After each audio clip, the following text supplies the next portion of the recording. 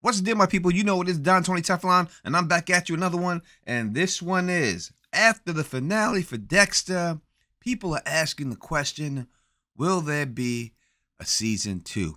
In this video, I will give you all the things that point towards there being a season 2. I will also give you all the things that point them not having a season 2.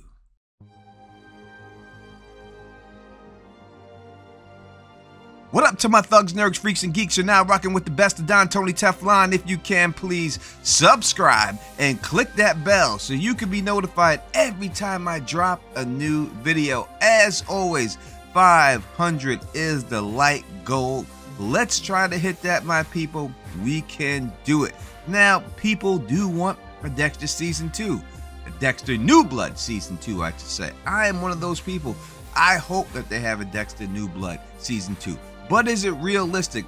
Obviously, we know that the main actor is no longer there. The number one question we have to ask ourselves is, will people be willing to follow Harrison? Will people be willing to say, hey, this is a guy who just took out our favorite character, who just knocked him out the park and killed him? Will we be able to follow him and care about him?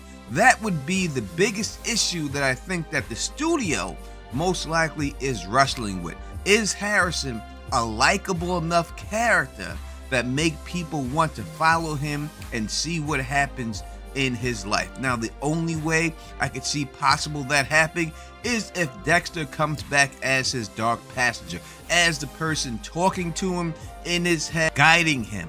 Now, it's up to that actor. Would that actor be willing to come back and do that for this show? Will he be willing just to take that background role? Now, maybe he was done with Dexter. Maybe he didn't feel like being the main lead anymore and not everything being on his shoulders. Maybe he's more interested in being a producer, executive producer, and being behind the camera. If that's the case, then yes, I could see him doing that. The biggest challenge I see is with Harrison and the fact that Harrison took out Dexter.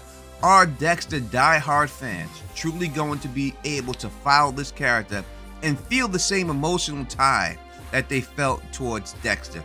Will they be able to feel that way with this character? That remains to be seen. Now, put it in the comment section. Would you be willing to follow a Harrison show? Now, I know a lot of people may say no, but if the show does get announced, at least you're gonna give it a chance. And that's where I would follow him. I'm interested in seeing a child serial killer, as crazy as that sounds. I am interested in seeing that, and I'm definitely interested in giving this show another chance. Now, the writer has come out and said that if Showtime comes to him and says they would like to do a Harrison spinoff, so that's what the spinoff would be. There's no doubt that it's going to be a Harrison spinoff, that he would drop everything he's doing and consider it. So it's 100% in Showtime's corner. Would Showtime want to do it? Here are some reasons why Showtime would want to do it. This 10-show episode run averaged around 8 million viewers a week. That's more than Showtime's previous signature series, Homeland, and the 3 million viewers that watched the Dexter New Blood finale helped the revival overcome Homeland Season 3 finale in 2013 to become the most watched season finale on the network. Further, 2 million of those viewers came from streaming and on-demand platforms, setting another record for Showtime. So if this is basically depends on the numbers, how well the show did, how well the show was received, then I think it's a no-brainer that with these numbers breaking all these records for this network, that they have no choice if it's strictly a business decision and they're making it without any emotional attachments and they're saying business-wise, does this help this network?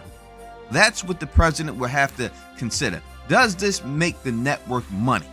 If that's the case, from these numbers, there is no way that this guy, Mr. Levine, can ever deny them doing a new season. It truly would make no sense business-wise, strictly business. The biggest show your network ever had in this revival shows you that there is a fan base clamoring for more of this, from more than you've gotten from any show you done put out there, the biggest, any show you ever put out there. There's no way you can say to yourself, as a businessman, hey, we cannot do it again. Now, if it wasn't going to happen, if the writer said, listen, I like the way Dexter ended, I'm happy with the ending, I just wanted him to go out on a good note, then yes, I would say it would be shut down. But the fact that the writer is gung-ho about doing the Harrison spinoff, that takes that completely off the table. So it comes down to me, if they're gonna do it, the money. And the money says they have no choice but to make this happen. Now let me give you a reason why I believe that it will not happen.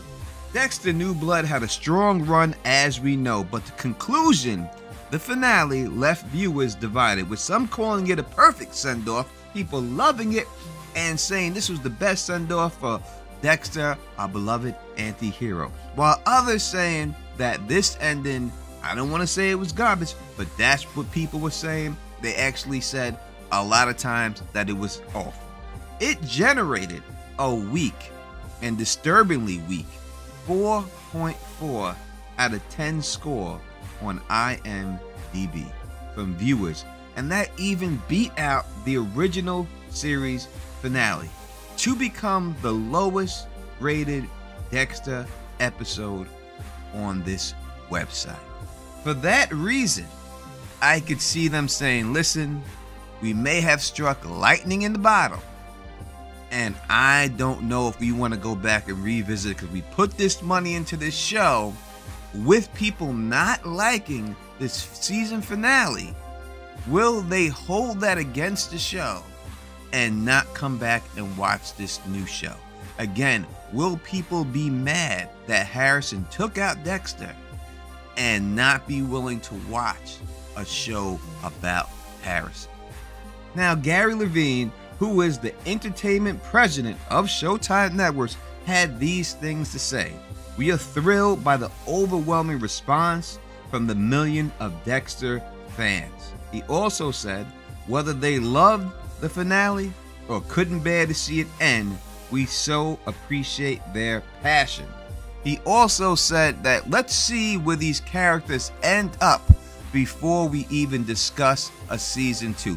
Now, we have seen where it has ended up, and it all depends to me on how this man took the ending.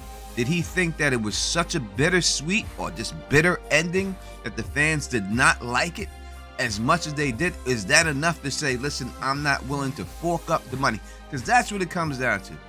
Are they going to be willing to fork up the money to put this back out there? I myself, when dealing with the show, thought it was an amazing season. I loved the season. I thought that it was the old Dexter. He had the old writers. It really felt like I was watching the first 4 seasons of this show.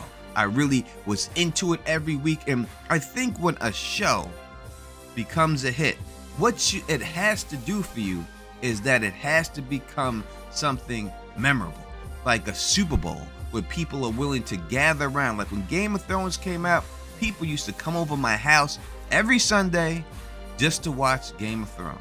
That's what Dexter was turning into, and that's why I think it brought it back the passion of all the Dexter fans. Now, did the ending leave a bitter taste in my mouth? It did. I think that they fumbled the ending. I thought they could have did a better job with it. I've done a whole video. Check out my last video of how I think it should have ended, how I would have did the finale, and the reasons why I did not like the finale.